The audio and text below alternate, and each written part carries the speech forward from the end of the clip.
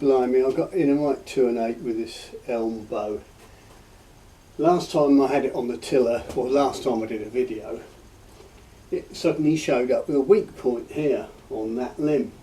To try and correct that, I redid the heat treatment there, because that had been a slightly thick spot, and I'd rasped it down a little bit, and that had removed some of the heat treatment, you know, the thickness of wood that had been heat treated. So I reheat treated that, and the tiller looked a lot better. Then when I took it off the tiller, I noticed a wafer thin sliver on the edge of the bow had buckled up, where there was a pin knot.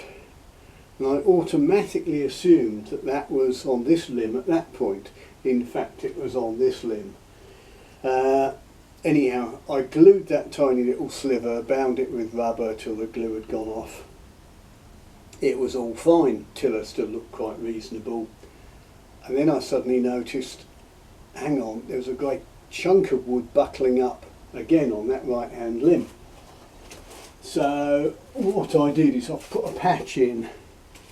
Hopefully you can see that just there. I've let in a patch there.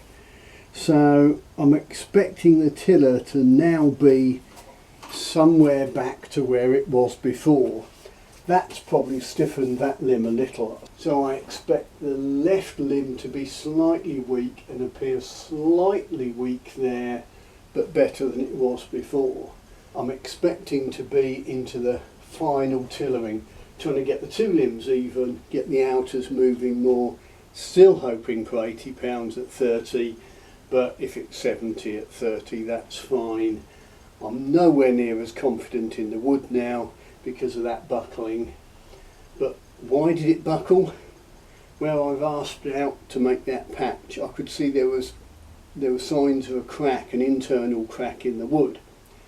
Well, was that already there, or was it caused by flexing it as a bow? Because it was so deep in the wood, I think it was there in the first place, and I think it's a result of splitting out the stave.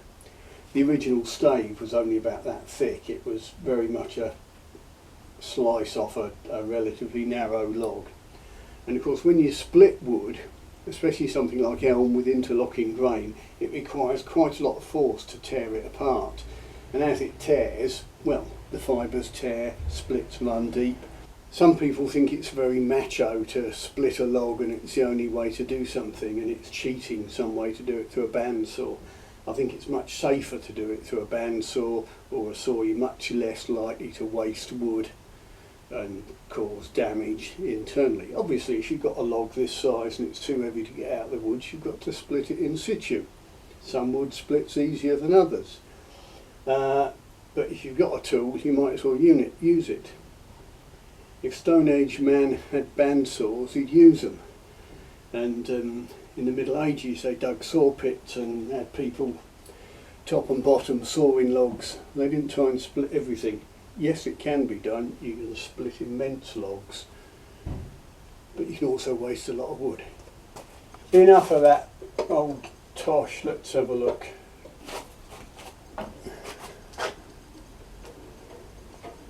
Right, that's looking a lot better than it was, I think. There's still that hint of weakness where it was before, that dark patch on the left limb. Or is that just the dark patch drawing my eye? Actually, the more I draw it, the better it looks. That's 60. Let's take it to 24. Yeah, we're good. It seems to drop weight a bit as it's on the tiller. I think it's better. I think I need to review it. I think we're actually slightly stiff. Just left of that dark patch, I think we're a little stiff. Or are we? I don't know. Left limb outer, I think we're a bit stiff. There's quite a nice curve on that right limb, on the outer, and it's a little stiff on the inner, and where the patch is, ironically. And the left is a bit stiff on the outer. I don't know if you guys are seeing that. And we're about 60 at 24. Better, but no cigar yet. Yeah, by the way, what I'll do to adjust the tiller, what I'll do is I'll be taking it off the sides I'll take the odd scrape off the belly, but I don't want to cut through that heat treated wood and mess the tiller up like what seemed to happen last time on that lower limb. So what I'll do is I can narrow the outers, and it will get that nice willow leaf shaped sort of taper, so it'll make it look prettier. It'll ease off a little bit of draw weight, it will take physical weight off as well, and it'll all be beautiful in the end, honest.